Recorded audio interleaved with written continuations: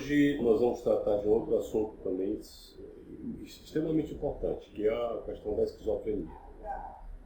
E nessa perspectiva, eu também publiquei recentemente um artigo denominado Nova Perspectiva do Tratamento da Esquizofrenia. Por quê? Porque no dia a dia se verifica as incongruências por desinformação, na maioria das vezes, das famílias e dos profissionais de saúde que tratam com esses enfermos, e manejarem corretamente com essa condição médica. Quer dizer, a esquizofrenia, como outras doenças psiquiátricas, elas precisam, exigem um cuidado especial e um tratamento adequado. Todas essas doenças mentais, incluindo essa especialmente, se não for tratada de forma adequada, se você não prevenir, se não seguir as orientações médicas corretas, elas tendem a apresentar mais problemas na sua evolução. Isto é, às vezes são doenças simples, que você, com um bom diagnóstico precocemente, vai tratar e evitar aquele sofrimento daquela pessoa, mas que por não ter tratado adequadamente, ou ter existido alguns percalços no curso do tratamento, que não foi possível efetivá-lo, ele vai se transformar num verdadeiro abacaxi pela vida inteira. Vai se transformar num belo problema para essa família, para esse enfermo, a vida inteira. Então essa esquizofrenia, essa doença aqui, não foge à regra, não. Ela segue os mesmos princípios, os mesmos paradigmas. Eu dizia aqui o seguinte, a esquizofrenia como doença foi identificada em 1910 por um sujeito chamado Eugen Breuer, que era um psiquiatra famosíssimo, alemão, que é um dos históricos da psiquiatria atual. Breuer foi um dos grandes sistematizadores, um clínico de Manchester, que vivia a vida dele cercado em hospital psiquiátrico. E cunhou essa designação de esquizofrenia. Antes de Breuer, um outro sujeito não menos famoso, chamado Emil Kraepelin, designava a esquizofrenia do Breuer como sendo demência precoce. Quer dizer, então, antes de se ter, em 1910, a designação de esquizofrenia, como é conhecido até hoje, antes dele, nós tínhamos um outro psiquiatra que considerava, e a psiquiatria antes do Breuer, a designavam de demência precoce. Por quê? Pelo fato da doença, desde cedo, deteriorar, desorganizar, deixar as personalidades afetadas pela doença completamente apoucadas, quer dizer, sem elan, sem vitalidade, completamente desagregada do contexto da vida e da sociedade. Então, etimologicamente, esquizofrenia significa esquizo, divisão, partição, enquanto frene, esquizofrenia, é espírito, mente, cérebro, então é a mente dividida. Etimologicamente, esquizofrenia significa doença mental que corresponde à mente dividida. A doença apresenta-se em uma incidência em torno de 1% da população geral. Essa incidência da esquizofrenia é demonstrada através da Organização Mundial da Saúde, pelos seus trabalhos epidemiológicos, certamente, garante que, no mundo, há pelo menos 7 milhões de esquizofrênicos. No Brasil, há em torno de 200 mil pessoas com esquizofrenia. No Maranhão, 7 mil pessoas, considerando a sua população. E essa doença em São Luís atinge em torno de 10 mil pacientes. Então, nós temos, na realidade, cerca de 10 mil esquizofrênicos vivendo aqui em nosso estado. Podemos configurar como um problema de saúde pública importante. Atinge mais homens que mulheres e manifesta-se de forma grave entre os primeiros. A idade de maior incidência está entre 15 e 35 anos. Evolui de forma lenta, insidiosa e pode surgir de forma repentina e de forma progressiva. Embora, do ponto de vista também epidemiológico, ela incide de forma mais insidiosa, lentamente, do que de forma aguda, como está sinalizado aí. Esse trabalho, ele girou e pôs nesse artigo de um fato que é observado também na clínica do dia a dia, que é a descontinuidade, fica melhor assim, dos tratamentos recomendados para tratar desses enfermos.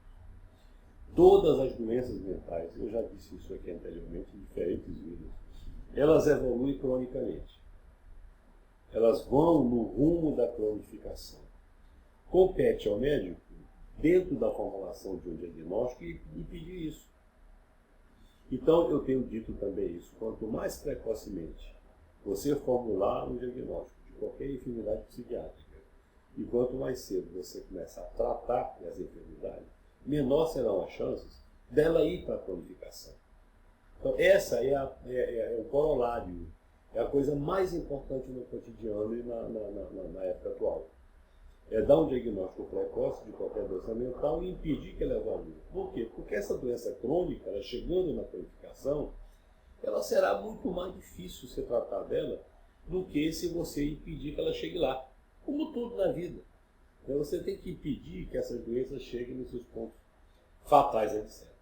Então todo o trabalho hoje é de você ter um bom diagnóstico médico, psicossocial e organizar estratégias de prevenção para que a doença não chegue nesse patamar. A incidência de esquizofrenia se verifica predominantemente na primeira quadra da adolescência. Por isso o Emil Krepper, lá antes de 1910, designava de demência precoce, porque percebia que eram adolescentes, eram pessoas de 11, 12, 13, 14 anos que estavam doentes, que eram afetadas pela esquizofrenia. E logo, essas pessoas ficavam dementes, entravam no processo de demenciação, que é o legado da doença.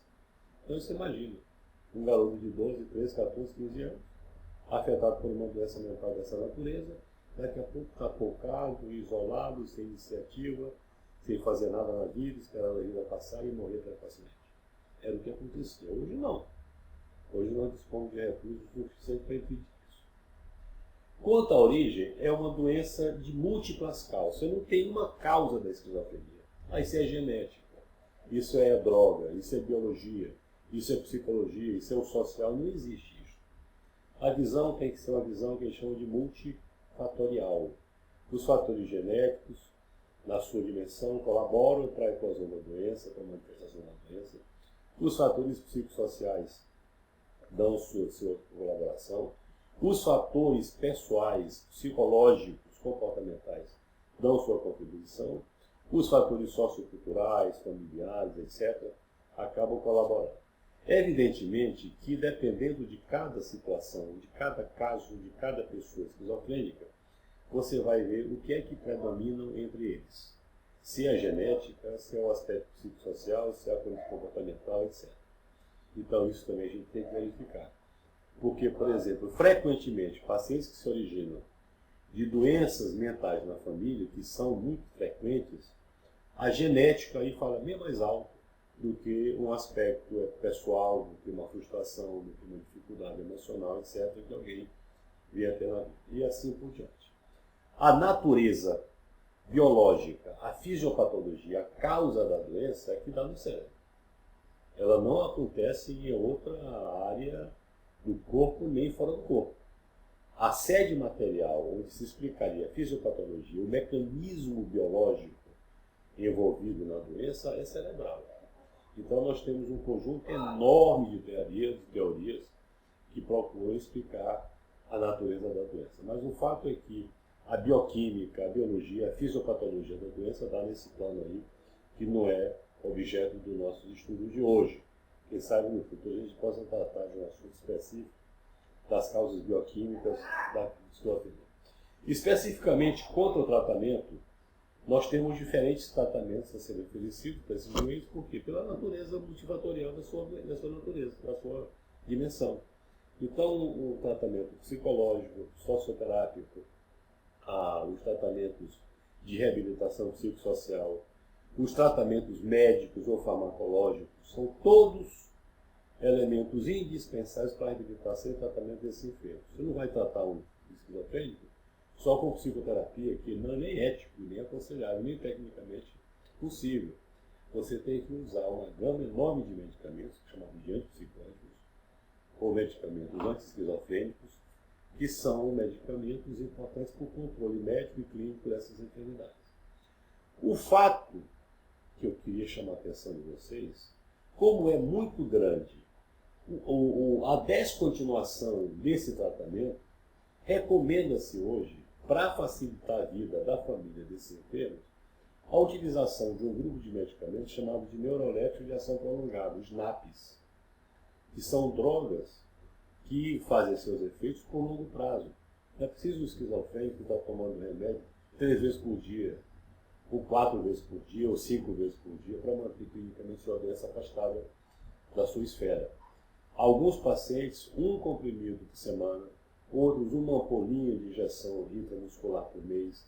Então, de uns 20 anos para cá, a farmacologia, a indústria farmacêutica vem desenvolvendo tecnologias medicamentosas altamente sofisticadas que previnem a incidência da esquizofrenia em qualquer uma das suas etapas. Ora, se eu impeço que o meu paciente adoeça tomando esses NAPs, que são neurorepressão prolongada, o que vai acontecer? Eu vou evitar que esse paciente se cronifique, eu vou evitar que haja qualquer surto psicótico para ele se internar no hospital, eu vou evitar que ele cronifique a doença precocemente e, portanto, passe a apresentar uma dificuldade no tratamento, vou impedir que haja refratariedade no tratamento, porque os pacientes crônicos, o desafio é pela refratariedade, isto é, você tem que começar a usar vários tipos de remédios com uma única finalidade, que no início da doença não era necessário. Então, o que se observa é que várias vantagens vão surgindo a partir dessa convicção, desse conhecimento. Mas todas elas, todos esses benefícios, elas obedecem a uma lógica, que é impedir que o paciente adoeça. Quanto mais crise tiver o esquizofrênico, menor será a chance que terão na vida de se recuperar. Então, isso é dever do médico psiquiatra que for tratar, da família que vai cuidar e do paciente que vai ser assistido, de ter essa noção, para não ficar todo 6 meses tendo que se internar no hospital psiquiátrico porque deixou de tomar os seus medicamentos. Isso serve para esquizofrenia, para depressão, para pânico, para todo tipo de doença mental. E cada uma com seu valor específico com relação a essa lógica. Então, é importante que a gente diga isso, porque a situação é tão séria que a indústria farmacêutica vem desenvolvendo esses fármacos, não é de agora, isso vem de pelo menos 20 anos. E os mais recentes são muito mais eficazes, controlam com mais eficiência esses pacientes e a doença perde o seu valor do ponto de vista médico, porque fica controlado. E evitar ao máximo, portanto, que haja esse recrudescimento desses sintomas da esquizofrenia. Um abraço para vocês e outros assuntos ligados a isso serão discutidos em vídeos posteriores. Um abraço a todos, um beijão.